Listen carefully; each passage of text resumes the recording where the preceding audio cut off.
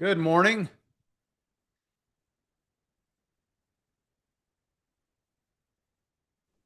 Good morning. Morning. What's Morning. everybody doing? It's Monday. Woo woo. Let's go. Wow. Excited, huh? I love work weeks, dude. Let's get this going. I like it. Everything is great for me on a Monday normally, but man, if you're in the Boise, Idaho area, the smoke is just ridiculous. It's like it's bad. It's just as bad here in Southeast Idaho, dude. Like I'm sitting outside on my patio right now and it is insane. I don't think we could sit outside right now. It's that bad. Holy cow. I'm coming out for the Like the sun is Boise like Open. you could stare at the sun. That's how thick it is. Like it's just orange. I'm coming out for the Boise Open to see Nelly Oh on, yeah? on the 13th. Yeah, I'm kind of worried if it's going to be real bad in Well, terms of hopefully it blows smoke. out by then. Yeah. Did you All say right. Nelly's coming here on the 13th? Yeah, August 13th, he's playing the Boise Open Well, if it is smoky, then it will just add to the Because environment when he sings, it's getting hot in here. stage. This All right. Chase, ready to get started? well, let's roll, man. Wait, let's do some gratitude. JD, since you are so pumped for this week, tell me something you're grateful for. I got my second listing over the weekend. Nice, Woo! man. Yeah. Woohoo! Yep. Yep. Got my second listing and I've got another meeting this week with the people that I had my first closing with. They want to list their house and buy a new house in the next couple of weeks. So pretty And awesome. JD, you're correct me if I'm wrong, you're about 2 months in from, is it 2 or 3 months in from when you jumped in both feet first into real estate? Since May. So since I started, actually, since you recommended me come into daily growth. So yeah, since May. Yeah. That's funny. All right. Well, good job. Congratulations. Thanks, bud. Um, let's see. Who else wants to give a good shout out to Daily Growth? No, I'm kidding. Let's see. Let's do Josie just unmuted. I think she wants to say something. Josie. Who or what are you grateful for? I'm so excited. I just want to talk. I'm grateful I got to watch my sister get married this weekend. And I'm especially grateful. There was like a part, obviously, wedding is like high emotions, high energy, whatever. And somebody had asked her, "What do you need? Do you need water? Do you need this? Do you need that?" She was like, "I just need Josie." And so I'm really grateful that I was able to be there for her. Wow, Nice. that is awesome. Kat said sent out an offer for some friends to take over their rental and grateful for my team to help me through it. Awesome. It's good. Grateful. I'm grateful. I'm grateful for friends that fly you out to Disneyland for a 8 hour all expenses paid VIP tour because that's the only way I could ever do Disneyland again. Like no waiting in lines, nothing. The Well, food covered. It was incredible. Kat says, I need friends like that. I was just going to say, I'm hunting for new friends. So if your friends want to be my friends, I'd gladly go to Disneyland. It was such a wild experience. Left the house at 3:30 in the morning and was back by 11:30 that night. Wow, that's incredible. That's cool. I went to Disneyland. My wife was at home. I took my daughter and she was at home doing all the online fast pass and pre-booking stuff for me. We did 22 rides in the day. We were just booking it. So I think it was some kind of record for me for sure. It's wild. That's insane. Yeah, it was a lot. Yep. All right. Mariah just got back from Disney. Mariah, what are you grateful for this morning? Um, I am grateful for obviously family because we had a really fun trip. And I'm grateful for firefighters and no fires because not having smoke was actually really nice. And then coming back has been a shock. Like you could smell it in the house. So I'm grateful for fresh air because I take it for granted. Yeah, man, can't wait for the air to freshen up here for sure. Grateful for a beautiful listing that went live this weekend. My highest price point ever. And that is from, is it Daria? Is that what that says? Yeah. Man, my eyesight is going. Daria. She Daria. corrected me last Daria. week, Okay. Yeah. which I All appreciate. right. Chase, last week, let's do a quick recap. I think we have some good stats to go over today, so we can do a real quick rehash. But we talked about, De Niro actually brought it up, dealing with other people's egos or, and it kind of converted into like agent egos, if you will. And you told the story of the gal that gave the $50 tip for the bad taxi ride, and she said, "Hey, like I'm not gonna let that person influence who I am, and I'm a generous person." So, I mean, that was pretty much the gist of it. Did you have any additional thoughts on it, Chase? Yeah, I think it's just like, who do you want to be, and how do you let other people influence it? So I think the takeaway is, in a perfect world, you will be you regardless of how other people show up, and they won't influence you. I think it's I mean, I'd say it's a practice for me. Like, there's so many times where I'm like, how did I let that person change who I was for that moment? And, when you regret something you said or did, or the way you showed up, or maybe you didn't show up to something because, you were worried about whatever. So, yeah, I'm really curious for the people that are on there. I got a few text messages later that just appreciating the conversation. What did you guys take away?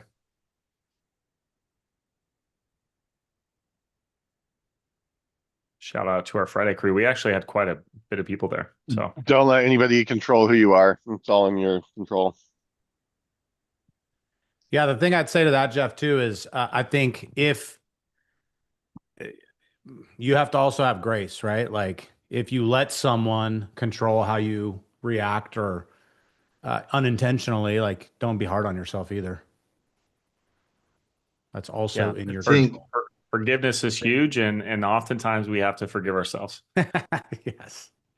David. And I think recognizing, the space between stimulus and response is critical because it's not big and you have to be like mindful of it and like, know what it looks like, but it's there.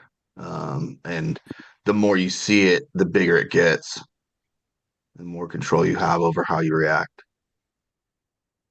I think aggressive drivers comes into a lot of that. People react right away. Somebody gets cut off or they're riding you or something. And that's that stimulus, right, David, that you're talking about. And then you respond.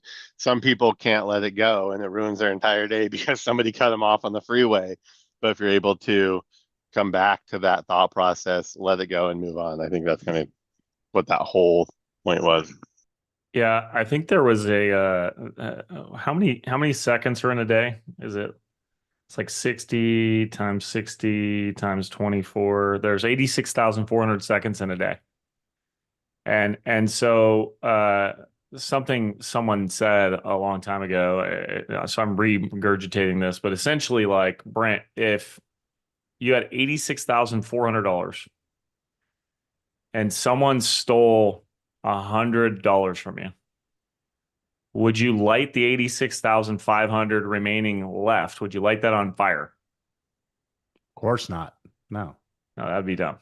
That'd be so stupid. But when someone ruins 100 seconds of your day and then you spend the whole entire rest of your day obsessing over them ruining your day, right? And you were talking about bad drivers. Like, you have people that, have ruined their life, right? Someone cut them off and then they go and, whatever, do something really awful. And now they're in jail or they're dead or whatever. It's like, guys, Man, that you kind of said it, David. The moment between something happens and then you react, there is a moment. So, anyways, come to So Friday. Friday a is my couple favorite things day, by the way. You before should we show move up on on. Friday. Nicole said you get more with honey than you do with vinegar. Love that. And then De Niro said, after the conversation on Friday, I reflected back a bit and thought about the fact that I also started putting myself into spaces and kept people in my circle that are strictly collaborative and celebratory, and those who love to fill each other's cup. I actually think, Chase, maybe this Friday we can talk about who you surround yourself with, but I think that's also something that's in your control, right? Like you can't control a jerk showing up in your world, but you do have control over the people that you routinely bring into your world. And daily growth is a great example of that, right? You guys all have control over showing up or not showing up and being intentional. So love that. All right, let's jump into Super fast, Brent. Someone just messaged me about getting approved into the Facebook group. Guys, if you ever need approval in there, like feel free, hit us up, email us, message us in here. Just so you know, the person that messaged me, I just approved you in there. She wanted to go back and watch a recording. So that's another reminder. If you missed Friday, you can go back and watch the recording. All of our episodes are recorded and they're all uploaded within roughly 3 or 4 hours. And like I said, I mean, Friday is one of my favorite days because we get to talk about life beyond real estate. And, you know, it's some of you are crushing it at real estate. All of us, I think, can improve on the life side of things. So the name of the Facebook page, I'm going to put a link in actually in the chat right now. just did it. Oh, he beat me to it. But I'm going to do what I said I'm going to do. I'm not going to let Brent influence who I am. All right, let's dive into today, Brent. What do you got, man?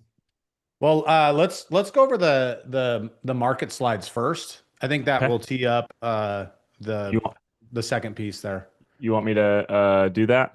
Yeah. All right.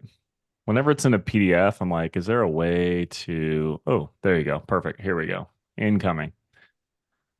Okay, here we go. So we usually talk market on Monday, and this is the latest numbers. I'm going to show you 2 slides. So this is just showing you since 1999 through 2025. This is the months of inventory nationally that we've had. So you can see, you know, if you weren't in this business or weren't really paying attention, we had a pretty, I mean, I would say this is even, you know, a balanced market. Somewhere between 5 and 7 months of supply is typically what we call balanced. You know, so we're like knocking on the door, the 4.8 to 4.4. I actually got licensed right here this year, the end of this year. And you'll notice the inventory went up. And it's so funny because you know, there was a ton of demand. And lots of people were buying homes back then. It was really easy to get loans. People were like being like, no joke, they were being bussed here and they were buying homes in the Boise area. And they'd buy 2 or 3 homes, and they had a program called a NINA, no income, no asset loan. We jokingly called it the drug dealer loan. And you could literally, you don't have to show your income. You don't have to have any assets. You have to have over a certain amount of credit score, 5% down, and you could state your income. So, credit was way looser back then. Well, what ended up happening is you had a lot of builders trying to take advantage of that demand, right? So they're building and building and building. And then, you know, as those people buying those homes, Brent, what they were doing is they were renting them out, and then they just sell them in a year. Or a lot of people were just pulling cash out and they were living off of it. So if they were buying, you know, in 2003, 4, 5, 6, they had a lot of equity. You know, they had 30, 50, 60% equity. The other thing, because credit restrictions are low, you could actually take out, in some cases, you could take out more than you owed on the home, which is insane. So you could take like 110% loan on your house. Crazy. So what ends up happening? You got builders trying to catch the demand. You got all these people buying homes. if anything goes wrong, which it did, if you didn't remember, it actually did go wrong. So a lot of these people who bought these homes, they had 3, 4, 5 homes, couldn't afford them. All of them were upside down. They just let them go. And then you see inventory. That's where the majority of this inventory came from. The builders had to stop building. And then, of course, the banks were putting homes on the market and people were selling short of what's owed on the mortgage. So we're a little below supply. We're way above supply. And then the market kind of bottomed out, Brent, in about 2011. Yep. And then you can see what happened with inventory from 2012. We get back to balance, and you can see it all the way to 2021. There's just no homes. The COVID year, just crazy. Everyone's rushing to buy their home so they can work from home. They want to be in a different place. They want a little bit more space, etc. And then you can see this inventory is building back up. So, and I'll show you one more slide, and then I think we have a point here. It's not just a history lesson. So this is showing you 4.2 months of supply nationally is what we ended at. And you can also see the direction, right? Yeah, very clear. And then we'll take a look at this slide. So this is showing months of inventory. We got cut off here, but the black line, I believe, is here. Let me triple check. I think the black line is actually 2000. We were missing that, Brent, the year. I think the black line is 2026. Yeah. It's actually 4.5 months of supply. So we're right now nationally, we're at 4.5 months of supply through the end of May. So just so you know, that's where the numbers are at. And you can see it ticking up, right? Yeah. So it's, yeah. Which it's kind of normal. I mean, you can see the past years. It's also seasonal. Yeah, it ticks up and then it kind of comes back down. But if you look at this over here, you're seeing 2.7, 3.1, 3.3, 4.2. It's very clear that we are moving up in inventory at this moment. That's the cycle we're in. So what happens when you get into these cycles, Brent? Well, so for those of you that were on the call last Wednesday, I kind of went off. A social media post hit and I let it influence me. I was like, oh man, this is funny. I saw another one over the weekend. And so here's guys, don't take offense to what I'm going to say, because this is the actual trend that's happening right now is real estate agents who are, I know the one that posted it recently, I would say an anomaly. This person moved from a very, a state that is migrating here, and they were connected to a certain, they're connected to the police force. And so a lot of their people are moving here. So when I say anomaly we're not all like that as real estate agents. We're like most real estate agents have a standard sphere of influence. They have a standard social media. Like we have to, like 99.9% of real estate agents need to operate with intention and with a system. And here's what I mean by that is this gal, here's the theme going around. The saying is, I'm just raw dogging real estate. That's it. I mean, that's the theme. I didn't say it. I didn't write it, but that's what it says. When he said that this morning, I'm like, it did not say that. He's like, yeah, that's what they all say. And then it says, and then below that, it's like not paying for leads, not lead generating, not following up with leads. Like it just gives this weird list. And it says, just pouring into my relationships. So in other words, what this person is outlining is that they don't believe in a system or a process, and they just have a social media following, and that's their business. Now, again, as I said last Wednesday, like that works for some people, especially when the market's good, especially when inventory is low. And by the way, I don't know if you guys know this, but as far as social media goes, it predominantly produces buyer leads. Like it predominantly, that's what these influencers get, is people that are looking to buy. So as the market transitions, that means there's going to be what? Way more sellers and way less what? Buyers. Right? And so their funnel will run dry, and they haven't built any sort of system. So let me draw what it actually looks like to give you guys an illustration of what this looks like. Hold on. Let me pull up my whiteboard. While you're doing that, Brent, this just reminds me of a couple of the memes I've seen where people are reacting like Oh my gosh, I saw this guy, this real estate agent, post about this house that's for sale on social media, and it just makes me want to call him right now and use him as my real estate agent, just mocking all the people that are getting that. So Oh then my gosh, that's there funny. there is yeah, there's one guy that whoops that does it. That's pretty funny. And I know exactly what you're talking about. All right, so let's see if I can draw better than Chase. No shot. No shot. Okay. It's Now I'm really half a trying. W, half a Oh, W, all right. So 2 halves of W's. yeah, so right here is available income, which really just means like the amount of homes that you can sell, right? That's that line.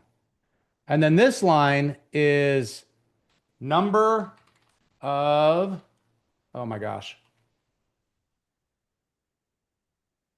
agents.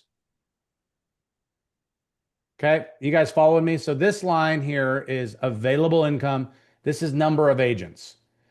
And so when we're talking about inventory transitioning, when we're talking about uh, less buyers, more sellers, Aaron, I can see you. Yep, I can see all of you drawing. Thank you. So when we're talking about that, let me erase here. Yeah, don't draw. You can draw. Don't draw. I don't know if I can. Okay. So basically what happens when things start to shift is the available income starts to drop, right? So if there's less houses, if there's less houses to sell, then that inevitably means what? I think as we start showing this, Brent, it's something I'd point out is like okay, go back to 2021. All right. 2020. Homes are selling themselves. 2021. Holy cow. Like rates are low. All you gotta do is put something on the market and like it sells with multiple offers. So what happens? We get more people who want to be real estate agents. So that number starts to rise. And there's always a lag. So if you show this, Brent, this number up top, like there's a lag between these two, right? Like when we peak on the available income, there's always, whatever, it's usually a few years before we peak on available real estate agents, right? Or the total amount of agents. And that right there is the least amount of income right here. So this gap, if I undo both of these, this gap right here, the least amount of income because we have the most agents and the income's low. And so where are we at on this? I mean, it's hard to tell until you're like way past it, but I would say we're kind of heading towards that, right? The available income is probably on its way down a little bit. It's not dramatic like this. But I think our agents are starting to stall out at the top. Yeah, you're I don't know if we've reached peak agent yet, but we definitely are starting to sense that. So what's the point of bringing this whole thing up? Well, when you look at the people on social media that say those things, the challenge is agents believe that, and then they try to model their business after that. And this is my plea to you guys. Don't listen to what people say on social media about how easy it is or how you only have to be an influencer or whatever. Because what's inevitably going to happen is the income drops. So right now, this is what we call survival mode. Who knows where we're at, right? But eventually the available income is going to really bottom out. And then the agents are going to start to leave the industry. And guess what? It's probably going to be some of those people that are like, this is so easy. I don't even have to have a system. Whatever you build today, whatever system and process you build today. So we talk about the $1 million database, which we talked about last week. If you can really be intentional and dive into that, what happens here is magic. So this is what we call the thrive. And the whole idea around this section is whatever you gain in this section between here and here, whatever you gain in market share. So imagine agents are leaving, but you sell the same amount of real estate. If there's less agents, but you sell the same amount of units, and there's less available income and you sell the same amount of units, Do you have more or less market share? Yeah, more. You have more because you got more of a smaller pie. Does that make sense? Yep. So the theory is whatever you leave with, you get to have in the next cycle. So if you leave with 1% market share, you get 1% of a much larger pie as the market starts to transition. Well, and I think there's some things to point out here too that I guess what I'm hearing, Brent, is a little bit more nuanced. But like go back, we have a shift in just in the last 6 years. You know, it used to be put a sign in the yard, put it on the MLS, you get multiple offers. Correct. So what did you have to do? You had to get the listing, right? Pricing didn't really matter. You don't have to worry about that. It's just going to sell. And then you had to understand how to, negotiate multiple offers. Like that was it. Well, come mid 2022 or all of 2023, expired listings started popping up like crazy. They went away, but they started popping up. Why? Because you couldn't just put a sign in the yard and put it on the MLS and not care about pricing. Right? You'd market that, then they'd fire you. You'd have it for 60 days, 90 days, 180 days, etc. A lot of these agents were signing listings for 60 days because they're like, all my listings sell in 60 days until they don't. And so those agents, I would say there's a large portion of agents who just got out of the business because they're like, I don't know what to do. It's too hard. These sellers are unreasonable, blah, blah, blah. Right? Yeah, we visually saw agents take significantly less listings and or get out of the business. Yeah. Yeah. Well, they might take even more listings and carry more listings, but they're not selling, right? Yeah. Sell less listings. There you go. That's the right word. So we're constantly having to change. Do we need to show this anymore, Brent? We good? No, you're good. Okay. We're constantly having to change the way that we're doing business. And so any one method that works for a little while is not necessarily going to work forever. The only thing that I've seen work tried and true over time is actually having relationships, like deep relationships with people who know you're a real estate agent and you have real estate conversations with them consistently. Right. And everything else, that's a constant in every market. Well, and as markets become restricted, meaning there's less available income, the amount of relationships increases. The amount of relationships required increases. So for instance, here's an example. In 2021, the busiest, market that I had been in, I mean, there was over 6 million sales. It was a very busy market. You had to have almost zero relationships. We used to joke, like you could literally be blindfolded walking through a grocery store and you could bump into a buyer. Like that's how easy it was to find a buyer. So the need for relationships was low. So there's a lot of those influencers that are still in markets where the need for long-term systematized relationships is low. They can just bump into someone on social media looking to buy. Well, as things change, the amount of relationships that you need, the amount of conversations that you need to have, the amount of connections on a daily basis, weekly basis, it's now a contact sport. You need to systematize that. And if you do, not only are you safe in any market, any up and any down, but in a down, if you're dealing with that now, you will take more market share, which is inevitably the goal. Yeah. So, and you have to survive until you thrive. And that's effectively, a lot of this comes from the book Shift that Gary Keller wrote. I think you guys can go dig into that if you'd like. But there's constantly changes, right? Like I got really good at handling expired listings. I was like, hey, I'm very good at this. Then what happened? None of the listings were expiring. Like come 2018, 2019, no one is having there's very few expired listings. Why? Because the market's so hot, the homes are just selling. So yeah, that was one of my number one sources between 2014 and 2018 was expired, and then it just almost overnight went away. Well, and I'll go back even further, Brent. I had a lot of friends and people that I knew that built their business through short sale and foreclosure, and tremendous businesses, like massive, like selling hundreds and hundreds and hundreds of homes a year. And then what happened? There was no short sales and foreclosures, so they don't have a business anymore. right? So you really need to be diversified, just like investing. You need to be diversified in lead generation strategies as well. So Yeah, you don't change how you sell, you change what you sell on a pretty regular basis in a shifting cycle. So yeah, I mean, I think there's like 3 to 5 sources that you should constantly be having, and really for all of you, I think Sphere should be a constant inside of that. all right, it's 9:30. Let's get one or two takeaways and then we'll head out. What'd you guys hear? What are you guys hearing? Who had a light bulb moment?